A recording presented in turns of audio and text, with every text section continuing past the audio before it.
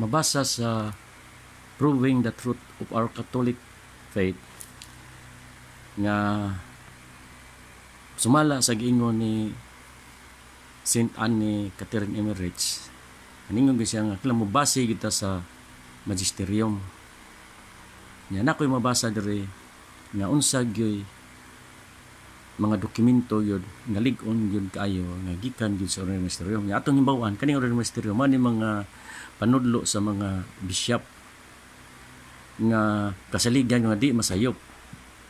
nga usa na ang Biblia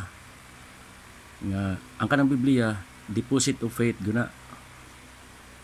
nga mismo ang Ginoo gyud may nagsulti ana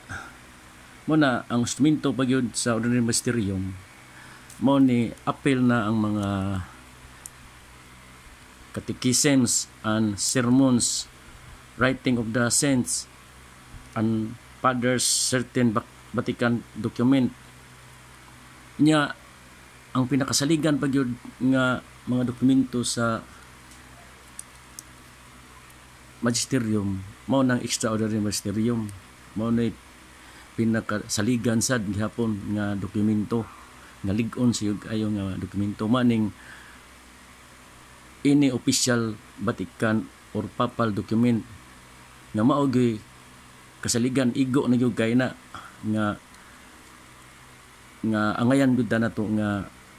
barugan na to ang mga pagtulunan sa simbahan nga di nga wa gyud pagkausab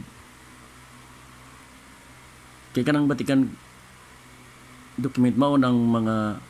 dogmatic council or ang papal document mao ng ilang mga encyclical susama sa encyclical ni Pope Pius X nga niingon gyud siya nga wala gyoy papa nga makausab sa misa mao na maigsuon